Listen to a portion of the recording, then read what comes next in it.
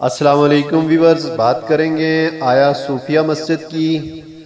جب قسطنطنیہ فتح ہوا، موجودہ جو استنبول ہے اس کا پرانا نام قسطنطنیہ تھا، تو وہاں کے مسلمانوں کے لیے نماز اور اجتماع کے لیے فوری طور پر کوئی اجتماع گاہ یا عبادت گاہ نہ تھی۔ اس لیے سلطان نے آرتھوڈوکس کلیسا کے اس تاریخی مذہبی مرکز کو مسجد بنانے کا ارادہ کیا۔ چنانچہ سلطان نے اس عمارت کو اور آس پاس کی زمین کو اپنے ذاتی مال سے خریدا اور اس کی مکمل قیمت کلیسا کے راہبوں کو دی۔ سلطان نے اس مصرف کے لیے مسلمانوں کے بیت المال سے بھی قیمت نہیں دی، بلکہ طے کردہ پوری قیمت اپنی جیب سے ادا کی تھی اور اس عمارت اور زمین کو مسلمانوں کے لیے وقف کیا تھا۔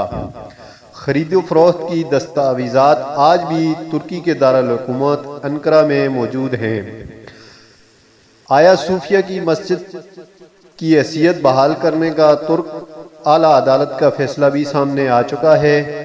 ترکی کی سب سے اعلیٰ انتظامی عدالت کونسل آف اسٹیٹ نے جمعے کو اپنے فیصلے میں لکھا، ہم اس نتیجے پر پہنچے ہیں کہ تصفیے کی دستاویز میں اسے مسجد کے لیے مختص کیا گیا ہے، لہذا قانونی طور پر اسے کسی اور مقصد کے لیے استعمال نہیں کیا جا سکتا۔ عدالتی فیصلے میں کہا گیا ہے کہ 1934 کا کابینہ کا فیصلہ، جس میں اس عمارت کے مسجد کے کردار کو ختم کر کے میوزیم میں تبدیل کیا گیا ہے، وہ قانون سے مطابقت نہیں رکھتا۔ تو دوستو، اب آیا صوفیہ کی جو مسجد کی صورتحال تھی اس کو بحال کر دیا گیا ہے، وہاں سے میوزیم کو ختم کر دیا گیا ہے، جو تصاویر وغیرہ وہاں پر پینٹنگز وغیرہ رکھی گئی تھیں ان کو ہٹا دیا گیا ہے، اور وہاں پر اذان اور نماز کا سلسلہ شروع ہو چکا ہے۔